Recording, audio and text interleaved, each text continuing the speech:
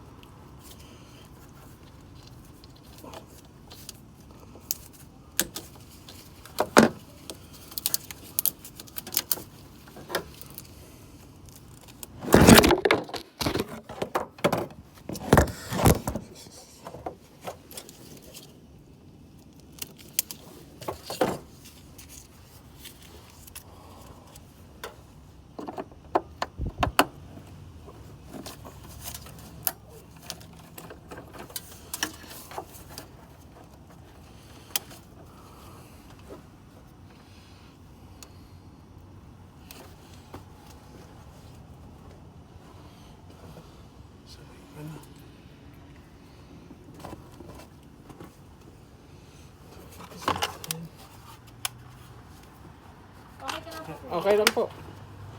May kailangan na po. Wala naman po so far. Yung baby ko kasi. Hindi, okay lang. So, yun, iano na lang natin. Para... Message mo lang po pag nagkailangan. Sige po. Salamat.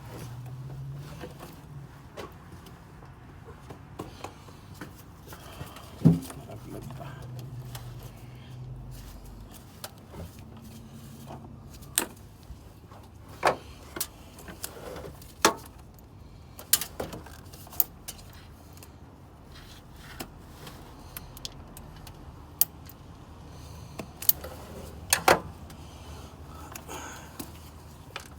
Medyo malamig ngayon. So, sana yung soldering natin kumana. Wala ako nadalang heat shrink para dyan sa soldering. So, ito.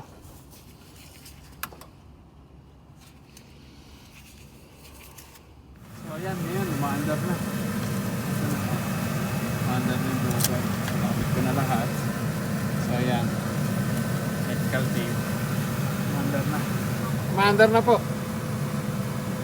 Ayan, So, titingnan ko. I-ano ko yung speed niya. I-change ko yung speed. Change natin yung speed. Yan, mababa. Mahina. Pinakamahina. So, meron na siya. Yan. Tayo natin. Mission accomplished tayo ngayon. So, natuwa na uli yung may-ari. At, ayun nga. Ayos na yung van nila uli. Makakapag-deliver na yung asawa niya. So, it's a good job, man.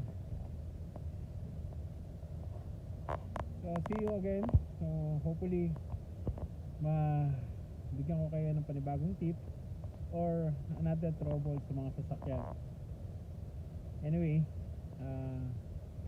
kung bago lang kayo sa channel na to, can you please subscribe my channel and click the bell para ma-notify kayo kung ano pa yung mga video na gagawin ko.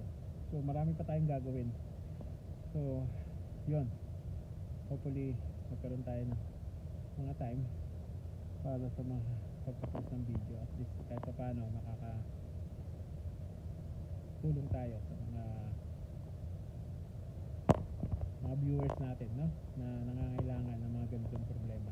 Okay, see you guys mga kabayan. Thank you.